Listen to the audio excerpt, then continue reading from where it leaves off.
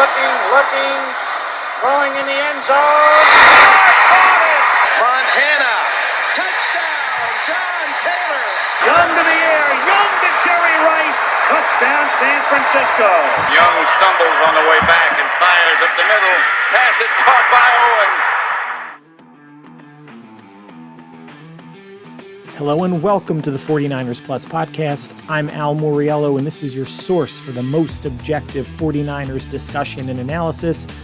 And today we're going to be discussing Trent Williams' restructured contract, what that looks like, what it means. Going to be discussing some additional high-profile players who restructured contracts to provide the 49ers with more cap relief for 2024 and beyond.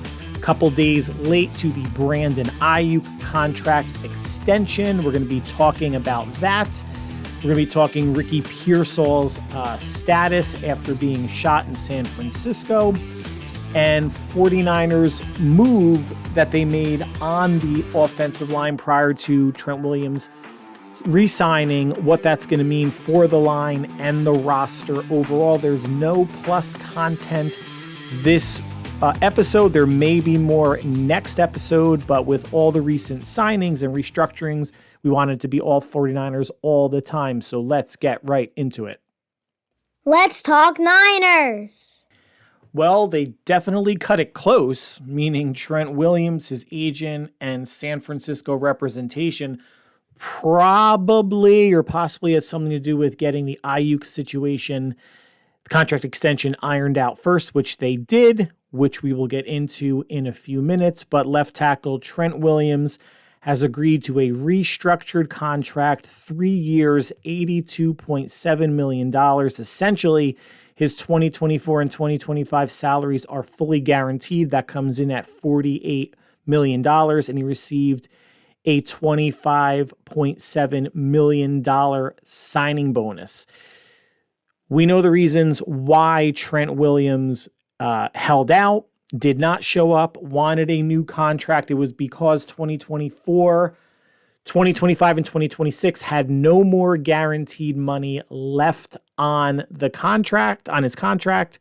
He wanted some more security. Plus, he saw what the offensive line, specifically tackle market, has been generating.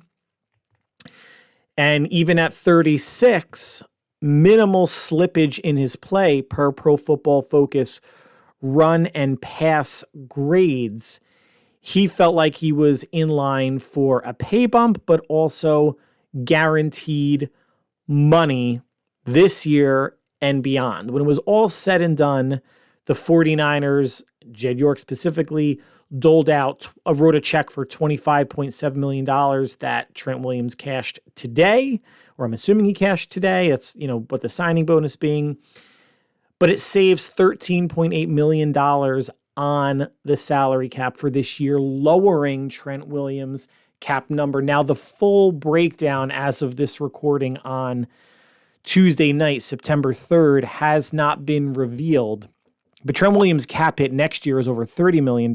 So with this guaranteed money, and I'm sure the 49ers built in void years on the back end, we'll see how much financial or at least cap flexibility it gives beyond the 2024 season, which is going to be imperative with the Brock Purdy extension coming. Although, just since I mentioned it, again, guys, when he gets $55+ million a year, that does not mean his cap hit each year is 50 or 55 million. I think it's very reasonable to assume that his cap hits for the first couple years might be less than half of his average annual value. So maybe somewhere between $15 and $23 million cap hits for those first couple seasons. Part of this game is pushing off decisions into the future, pushing larger salaries off into the future. Someone like a Trent Williams at 36, and he actually came out today and said that he wants to play until he's 40.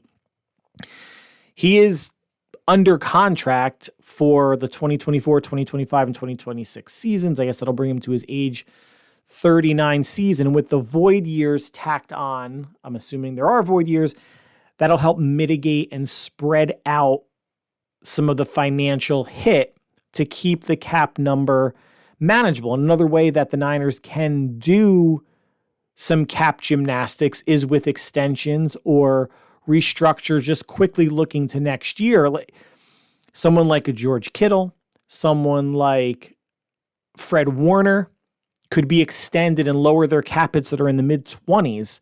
Someone like Charvarius Ward, if he's extended, he has a void cap hit of a little over, I think, $10 or $11 million. If they extend him, I believe, I'm not 100% sure, but I believe that voided cap hit, because he's not under contract next year, could be lowered based on a new contract for Charvarius Ward. There's ways to move the money around. Now, with these restructures, at least with Williams being the first, it just means that management, the York family, are cutting multi-million-dollar checks up front. And then obviously there's a certain amount when you look at the salary and the bonus that's going to be prorated or guaranteed money that a player like Trent Williams would get paid in subsequent years. But that signing bonus is the accelerated due to him at signing. And not all owners want to do that. Not all owners that are serious about winning do that. I mean, we see huge contracts given out every year in free agency and bloated numbers, phony baloney back end, money or non-guaranteed money in the back end that bloats the average annual value. It's the guaranteed money. It's the signing bonus that will make the player happy that day signing the contract. So Trent Williams is back. Was seen at practice today. They will ramp him up as quickly as they can, even though he's obviously been in the system for over, 2 years or 3 years at this point. Hopefully he's been keeping himself in decent cardio shape or however much he's been working out outside of the facility. There's been no news reports of that, but you have to assume that he's doing something and hopefully on track to start week 1 against the Jets. There will be another podcast either Friday or Saturday of this week leading up to the Monday night game, which will be a breakdown or a season preview for San Francisco and breaking down week 1 against the Jets. But Trent Williams, as I predicted, would be made happy, extended, and available for week 1. He's available. We'll see how much he plays and hopefully starts and is able to play the whole game. But I was never someone who thought that he was in danger of missing games. This is a team that, even though they lost a heartbreaking Super Bowl and it's been a bit of a dramatic off season with some contract negotiations and off the field incidents that we're going to get into in a little bit, they are still zeroed in and locked in on another Super Bowl run. So as of at least Williams signing, we can put all the contract negotiation stuff behind, all the discussions that numerous people, content creators, media personalities, TV personalities have had saying, well, Aiyuk's going to get traded here or there, or Williams is going to sit out. Never, you can develop your own opinions on this, everybody, of course, but I was never of the opinion that either player were going to get traded, moved, or sit out and lose money and not be available for week 1. Now, before we get to Aiyuk, a couple other players restructured their contracts. Deebo Samuel had his contract restructured. It saved $16.4 million on the cap this season. So just 2 players, Trent and Deebo, saved over $30 million on the 49ers cap. And they were already, and I think at that point, maybe the mid-20s or low 20s. His cap number was $28.6 million. It got reduced down to $12.2. But someone like Deebo, now let's just look ahead to what his cap numbers are moving forward. And this is before any of the numbers on the restructuring come in, because if you restructure and you lower a cap hit in a current year, obviously future years may take a hit. At some point, you're going to take a hit on the cap for that specific player. So before we know what the numbers are, Deebo's cap hit is $24.2 million in 2025. He is not under contract for 2026, but he has a void cap hit of $8.5 million and a void cap hit in 2027 of $1.8 million. So Deebo was player number 1 to restructure. Number 2 was defensive tackle Malik Collins, brought in from the Texans via trade. The restructure saved $5.4 million this year, although it did add $1 million to his cap hit next year, which is about $11 million. His final year under contract, if Malik Collins plays well and works out, he could be extended for another, say, 2 years modestly and bring that $11 million cap hit number down probably by half again. So we have 3 restructures, $35 million worth of cap savings. Deebo, I'm still going to stand by my assertion, which I've been saying for over a year now, probably over a year and a half. We're going to get to Aiyuk in a second, that the plan, if I was GM, would be to re-sign Aiyuk and trade Deebo after the 2024 season. This restructure, I don't know how much, because we don't know the numbers on the back end, right? How much it plays into are they more likely to trade Deebo now, or are they less likely given a restructure? I've been saying for a year and a half that re-sign Aiyuk, trade Deebo. I'm going to stand by that until I see numbers or can look at the situation and figure out a reason why Deebo would not, or why Deebo would stay, other than he is a unicorn. You know what he does. He's an N of 1, but he's going to be 29 next off season. Do you want to extend him 3 or 4 more years where he's playing into his early 30s, a very physical playing style?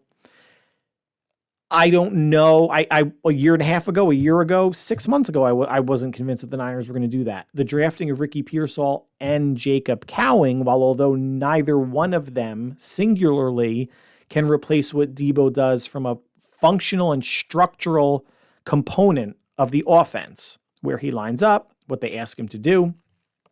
Different receivers, right? 3 different receivers.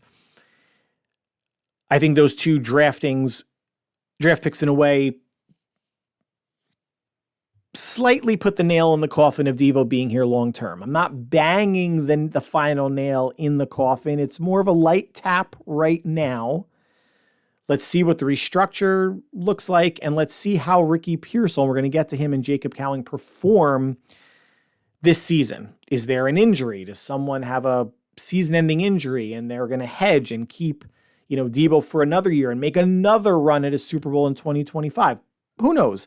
Malik Collins, though, Deebo, and Williams all restructured, $35+ million of cap savings.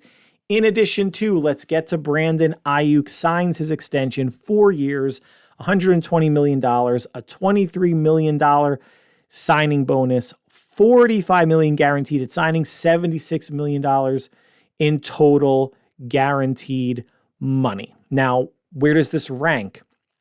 Among other receivers, 5th overall in average annual value, $30 million annually, 6th in total in guaranteed at signing, $45 million, and 5th in total guarantees at $76 million. This extension saved $8.4 million on the 2024 cap. So we're talking $43 million in cap savings between Williams, Deebo, Malik Collins, and Brandon Aiyuk. Where the Niners stand on their cap currently is difficult, at least for me to discern, because there are multiple websites and outlets reporting different numbers. So let's at least just go from these savings based on these 4 players. You're talking at least $45 or $50+ million under the cap that could be rolled over to next year. When, again, depending on if you're looking at Spotrac or overthecap.com, one has the Niners under by $20 million. One has them with cap space. One has them, over the cap by about $20 million. One has them under the cap by about $30 million. Hard to say. Not sure what the definitive resource on that's going to be, but they're going to have a significant amount of money to roll over from this year to next year to help out with other extension and other players that need to be re-signed, whether their own draft picks, free agents, etc. Let's get back to this year and a half thing. And I'm not pounding my own chest because I've been wrong, on things. I was wrong on the tight ends that they were going to keep. I thought Braden Willis, which they did keep on the practice squad, and Cam Latu would still be on the active roster. Didn't get that right. But in terms of the long-term plan for the team, several weeks to a month before Eric Armstead got released, I called it. Several months to a week before Kyle Juszczyk was asked to take a pay cut, I called it. And for a year and a half, I've been saying, if you've listened to the podcast, and if this is your first listen, thank you very much. And I'm not a lucky enough person that you would take to AC or Vegas because of what I've predicted for the 49ers. But for a year and a half, I've been saying it's the sign Aiyuk show, and they're probably going to trade Deebo after the 2024 season. And one, it just made sense, right? This is Aiyuk's an ascending receiver, right? The arrow's pointing up. Every year, his catches and yardage have gone up.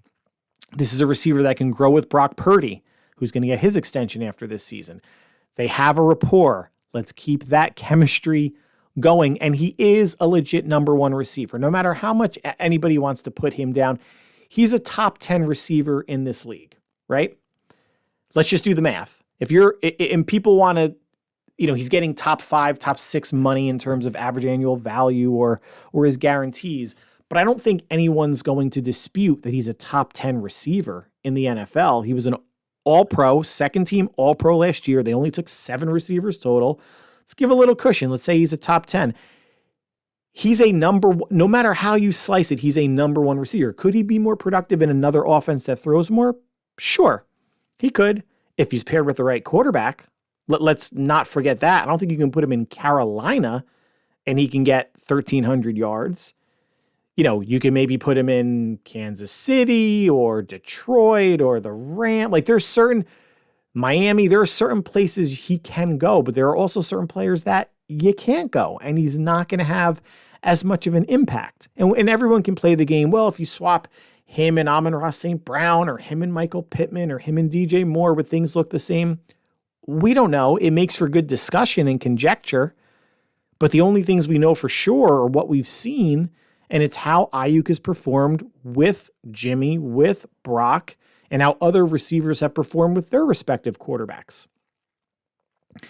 So common sense was the first one. I get emotional. I'll yell at the TV during Niner games.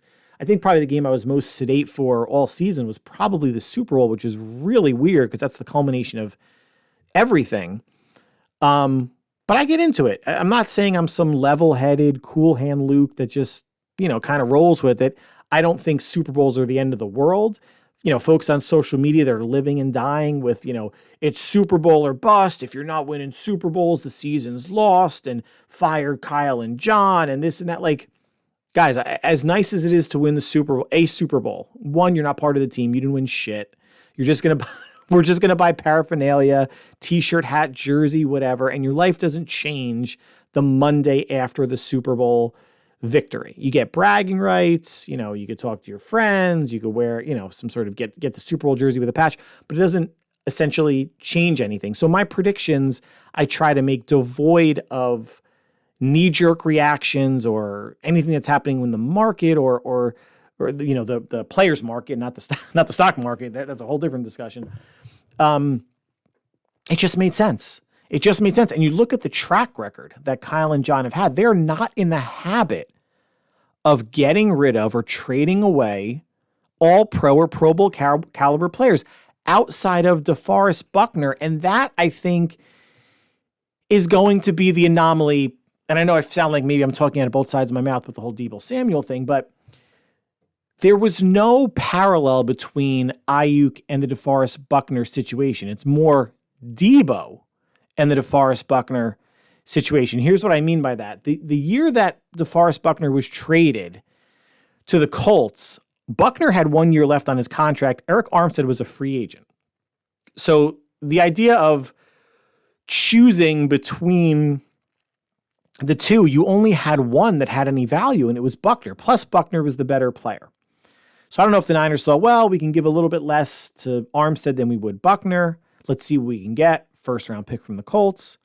and drafted Kinlaw, hoping that you would get maybe 70% of the production for 30% of the cost once, if you had to factor in what extending Buckner would have cost.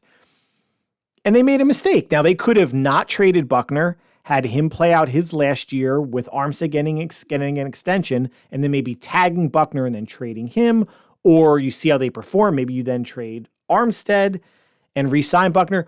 Revisionist history, I guess, but that's the only instance where they traded away someone, but they also had another player, Armstead, established, paid, or about to get paid, and then they brought in a younger player, cheaper, that they hoped would be an adequate replacement, and Javad Kinlaw unfortunately wasn't.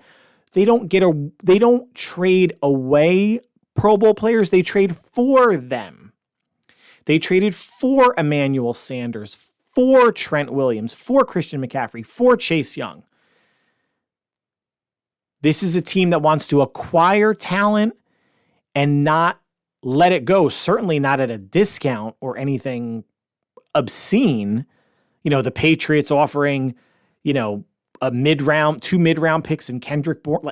I'm still wowed that Kendrick Bourne was a viable option. Yes, he has experience in the system, and I'm sure Kyle Shanahan likes him, but he's a low-end number 2 at best, and he's coming off of an ACL. The Amari Cooper trade I could have lived with, although you would have, a 2nd and a 5th plus Amari Cooper for Aiyuk if this is true. And there was an article out there by Albert Breer, I think it was, what went down behind the scenes of the Aiyuk negotiation. And he basically summarized everything that we knew already. What the Patriots offered, it was over 30 million compensation. The Browns, they didn't talk about compensation. And then Pittsburgh, who wasn't going to offer either a Pickens or a Freiermuth or a Minkah Fitzpatrick or anybody, Highsmith, one of their defensive or outside linebackers, and reported that they weren't going to go above $28 million.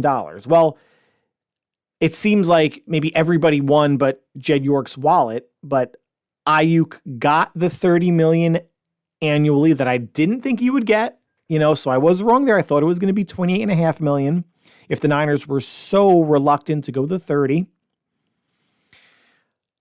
But he got probably almost everything he wanted, if not everything that he wanted.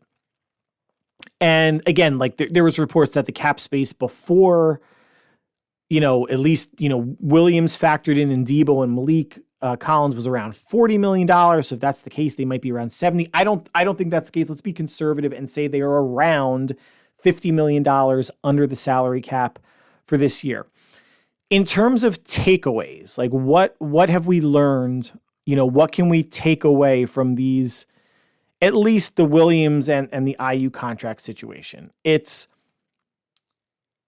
feels like if you wait the 49ers out, they may cave.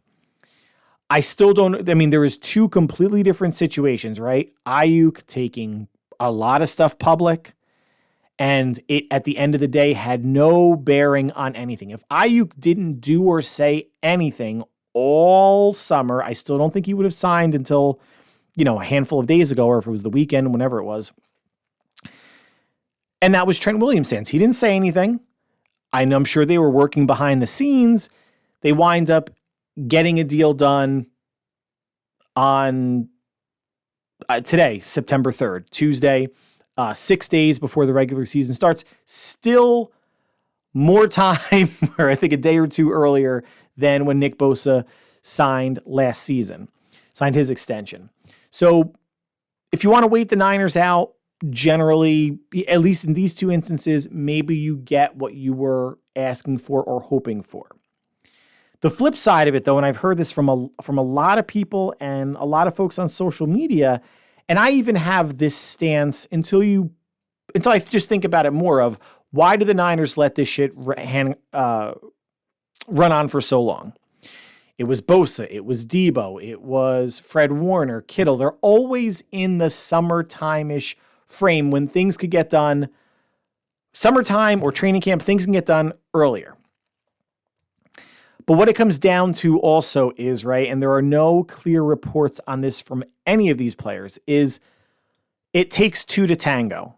None of us know if Aiyuk, for certain, right, if Aiyuk was willing to take 27 or 28 in March or April or May. None of us know that. None of us know if Bosa would have taken less earlier, or Kittle or Warner. And things obviously drag out through the spring, the summer, you get to training camp, and the extreme examples of Bosa and Trent Williams signing the week leading up to week 1. Now, I did read that upcoming free agent in 2025, cornerback Deommodore Lenoir, was approached about a contract, no parameters given, but he's going to turn it down and bet on himself, much like a lot of athletes do. Aaron Judge of the New York Yankees a couple years ago did not sign an extension, bet on himself, broke the AL record for home runs, became MVP, drove his price through the roof. Now, it's a gamble, in football more so than any other sport. Injury could severely impact anybody's value. But there's no, we as fans or folks on social media, actual, TV media personalities, as much of an opinion as all of us want to have on this, this is not a hostage situation. This is not anything where the fear of violence or a gun to someone's head or exerting a certain amount of pressure can force anybody to get anything done. And I applaud John Lynch for really not blinking in terms of the trade speculation. And Aiyuk didn't want to go to New England or Cleveland, but was okay going to Washington and Pittsburgh. And Washington said thanks or no thanks. And Pittsburgh, they had, and how much of this stuff that was leaked was really factual? We don't know. This whole, they had a deal in place with Cleveland for Cooper and 2 picks, and they have the parameters hammered out with Pittsburgh. But it could be the agent leaking that. It could be the Niners. It could be people making it up. I mean, it's not out of the realm of possibility that people make stuff up for either social media engagement or eyeballs on the TV. My source told me the source could be, a ridiculous, but it could be a towel boy. It could be Bobby Boucher. It could be the water boy on a team saying, I heard this or I'm thinking this, and that is a source associated with the team or a league source. It could be a general manager of another team's opinion on what's going to happen. Nobody knows anything for certain outside of 49ers management, Aiyuk in his representation, Trent Williams, Deebo, Bosa, Kittle, Warner, whoever it was. But, we're sitting back reading these things, and it causes us to formulate opinions on either the approach of the player or the approach of management. And we have the historical track record of 49ers management being difficult negotiators, or the optics of it that things are taking a long time to get settled, and whether that's the 49ers trying to get a player lower than what the player wants. But again, we just don't know how early in the off season the 49ers are actually legitimately trying to get a player signed, and the player's not like Brandon Aiyuk. If his mindset was, I'm not going to sign in March before free agency starts or April. Let's see how the wide receiver market shakes out, right? If you were in a position with your occupation and you can do research, right? You can go on LinkedIn and Glassdoor and salary.com and you can do research in terms of what's a fair salary or salary range if you're going to change jobs or for your position, for your industry, for your years of experience, etc. If you're going to do that for yourself and not just take the first offer that I was making, $75,000 and this other place offered me $80,000. Why that sounds good. Hey, I'm getting a $5,000 raise. That might not be what you're worth. If you don't do the research and see that you actually should be making 100 or 105, 110, you never take the first offer from either side. So it behooved Aiyuk to see what's St. Brown going to get. Jamar Chase still hasn't gotten anything, and he might not play week 1. CeeDee Lamb, Justin Jefferson, Devontae Smith, Jalen Waddle, like it all information, they're all data points that Lynch, Parag, Marath, Aiyuk, and his representation were using. So it makes sense that he didn't sign in March or April or May. But again, dragging it out through the summer and folks that are just and it's amazing, like, oh, I got to keep, people on social media, I got to keep refreshing my feed to see what the latest with Brandon Aiyuk is. Why are you doing that, first of all? Because most people that are posting stuff are just, I got a source, bro. My source said this, bro. Or they're people that are just trolling, making up shit. Do you know how many Pittsburgh Steeler Twitter accounts, the users deleted their Twitter accounts because they were so wrong on Aiyuk going to the Steelers? And who knows if they had sources or not? I highly doubt it. But you can't go to Twitter for news. You can't go to Twitter for legitimate news, but that's, either what I always find funny is people going to Twitter asking a question, or Reddit in a thread. At least, obviously you're on Reddit, you're on a thread about, it could be a movie, it could be car prices, sports, whatever it is. And people will go on there and post a question about something. Wait for an answer versus actually Googling it and doing the research yourself. This is where things get tricky, and this is where things are going to go to shit leading up to the election in November, independent of your political stance or affiliation.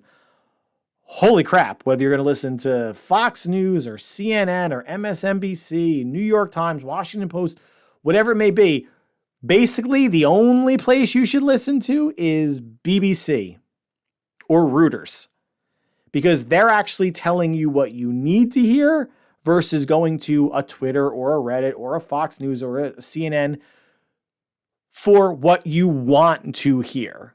Those are differences. And I don't know if this podcast, let's get back to talking about the Niners, is about what you want to hear, what you need to hear. A lot of it is, my opinion, and I'm proud that my batting average is not nearly 1,000, but I think it's a lot better than a lot of folks out there on social media, on, as content creators, seeing what they post and stuff like that. I'm proud of the work that I do and kind of what I put into it. And if you guys are enjoying it, that's obviously important as well. But Williams, Aiyuk, it just made sense that it was going to get resolved. But for all of our collective blood pressures, the fact that it went so long, still a little odd. Now, Ricky Pearsall. So obviously thoughts and prayers to him after being shot over the weekend in San Francisco, coming from a signing event, shot by a 17-year-old who was apprehended. The bullet went through his right chest and exited his back, did not hit any internal organs. I'm sure you guys saw the video footage of him walking into the ambulance, stayed overnight, and was released overnight. Impact. The Niners put him on the non-football injury list. He is out for the first 4 games. Apparently he was in the facility today, seen in the 49ers weight room. Horrible situation. His mom was posting on social media, my son's doing well, appreciate all the prayers. The Niners were taking heat because Kyle Shanahan had a before the season starts party at his house, and there was a lot of pictures on social media. It was themed. It had the Great Gatsby theme, and they were catching flack for, why are you doing that? Pearsall's in the hospital. Da, da, da. I'm like they're not going to cancel a party that 53 or 69 or 70 players, practice squad players, all of them might be coming to celebrate making the team in the start of the season. And of course, social media heroes getting on the Niners for that. They should have canceled it. And it comes out after the fact that they FaceTimed Ricky. They had like a prayer group on FaceTime wishing him well. And fortunately and John Lynch actually went to the hospital to be with him, not overnight, but went there to visit him. And I'm sure he probably made his way to the Shanahan residence. could have been a lot worse. This wasn't a wrong place at the wrong time thing. This is just an unfortunate, someone was trying to steal his Rolex. He fought back and took a bullet that fortunately exited his body without hitting any internal organs. Not like there are external organs, at least none that I'm aware of. When it first happened, I immediately thought, okay, he's going to go on the non-football injury list for 4 weeks. He is obviously designated to return. Hopefully he'll return week 5. This does count towards San Francisco's 8 callbacks on either IR or the non-football injury list. So if Kalia Davis is one, Ricky Pearsall is going to be one, Ambry Thomas, Jesus Christ, might be one. But this Ricky Pearsall will go towards their 8 that they're allotted for the season. But again, if something happens with Pearsall, Kalia Davis, or anyone who comes back from injured reserve, etc., they can go back on it a second time. It's 8 individual players you can call back. But if someone's been on IR to return once, they can go on again. They don't dock them. You can double up on that. And listen to John Lynch speak. Here's a couple quotes in terms of the expectations of him not going on the non-football injury list. Quote, "We felt it was just the scenario that had he hadn't had, the shoulder and all that, it still would have been a lot to work through. If you're just looking at it physically. I thought it was too much to ask, and I relied on our medical experts, and they felt like it was too much to ask for him to come back within the next 4 weeks. Silver lining. The biggest silver lining is he's going to be okay, right? There's nothing minor about a gunshot wound. If nothing else, former President Donald Trump has reminded all of us of that, whether it's a grazing of the earlobe or an actual bullet that goes into and out of someone's body. It's not minor, right? And for Ricky, he's going to need the next month to get right. Silver lining, too, helps the shoulder get in a better spot, right? Like he was wearing the blue non-contact jersey in the past couple practices before the shooting incident. This will allow him more time to strengthen that, either let it heal, strengthen it up, whatever verbiage you want to use, in addition to coming back from the gunshot wound. Now, one of the unfortunate fallouts from this was, at least on 49er Twitter, and if you're not on it, you're probably better off, but so many people bringing politics into it, and California politics in terms of gun control and what San Francisco's a very unsafe city and Gavin Newsom's a terrible governor, just full out war of words. And, everybody on social media are all, keyboard or mobile phone heroes in terms of what they're going to spout off. That was unfortunate. But then I started hearing folks that were, making pleas for everyone to be more reasonable, using quotes like, guys, we just talk about the Niners, or we're content creators for the Niners. We're out of our depth here when it comes to, bigger social issues or politics, politics of the city, etc.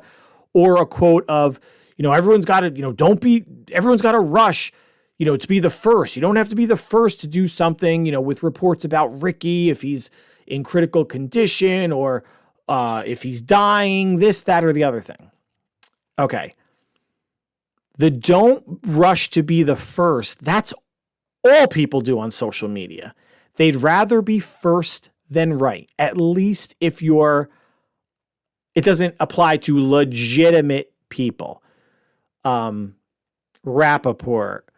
Adam Schefter, others in the media who've been doing this for a long time that use social media to expand their reach and report things they factually know, or things maybe they're just speculating on kind of themselves. They're allowed to give their thoughts or opinions on things, but not like these asshole Pittsburgh Steeler folks on Twitter that were so ridiculously adamant. I have at least half a dozen in my head, and I don't want to create a Twitter twat section because I wanted to keep this more focused on San Francisco and steamrolling into week 1. But everyone wants to be the first. Everyone's got a source. Everyone's rushing. Everyone knows that it's a 24-hour news cycle. And if you're on social media, it's a lot shorter than that. You might be talking an hour or two or less until your Instagram post or video, TikTok, Twitter post, where your post is gone, past the bottom of the screen. No one's going to see it. So it's, this pumping out of excessive amounts of posts, and we'll call it content, even though we're considering a sentence or two nowadays content. That's always been laughable to me.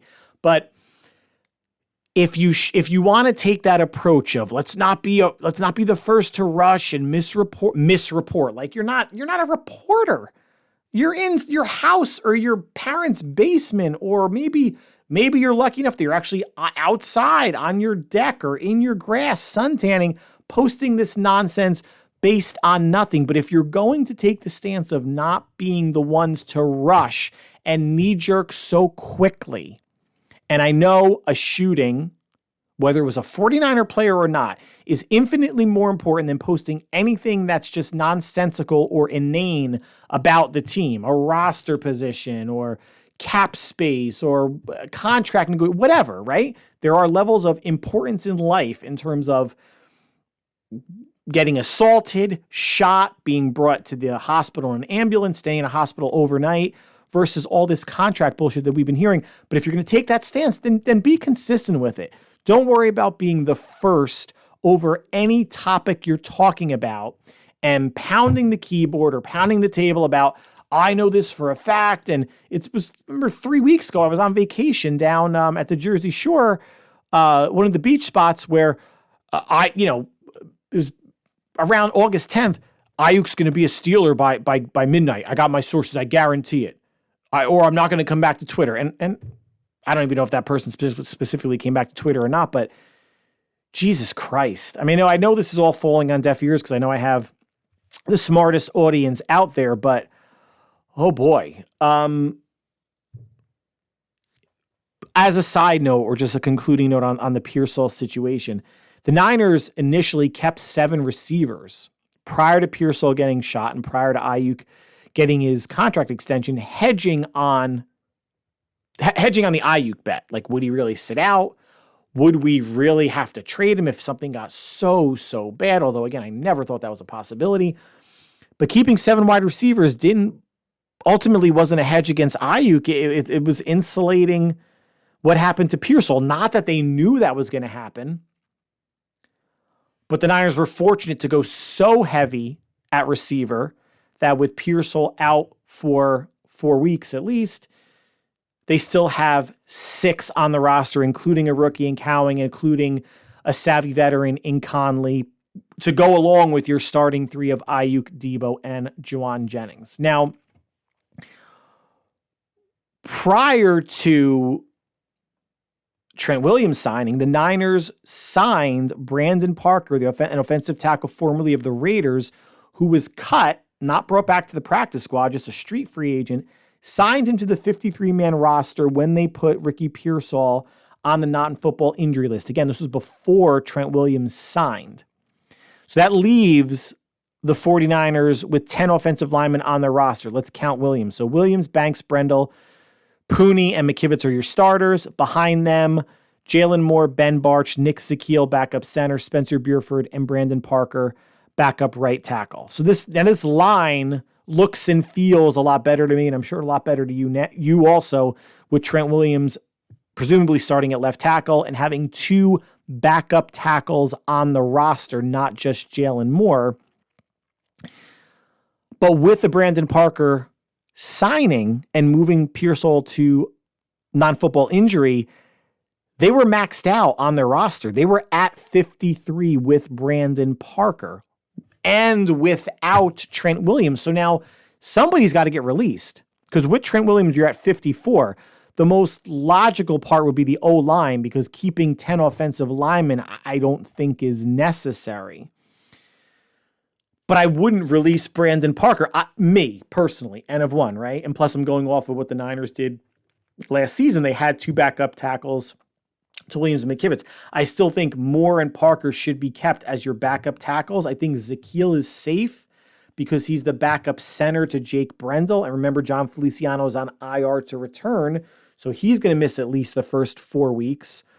Not that, Barch or Puny or maybe Burford could take snaps to center, or they could bring Drake Nugent up if they get into a bind. But I think it's going to come down to between Barch and Spencer Burford in terms of who's going to get released. If it's an offensive lineman, let's stay right there. I don't think they keep 10. I think they keep 9. And I think it's either Barch or Burford that gets released. It may be more logical that it's Barch since he was an initial cut and Burford wasn't. And they brought Barch back. I would, and Burford maybe has a little bit more flexibility about playing tackle as well. But if you have 2 backup tackles, do you care about that flexibility?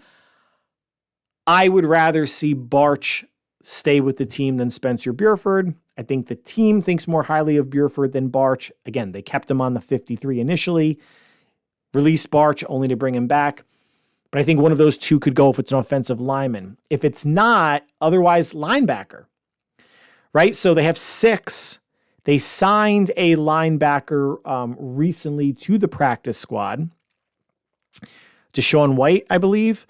But is it Tatum Bethune or Curtis Robinson? Either one of those, they could make room on the practice squad for. They could release the newly signed linebacker, release somebody else. I always thought 5 linebackers felt like a good number. 6 felt heavy.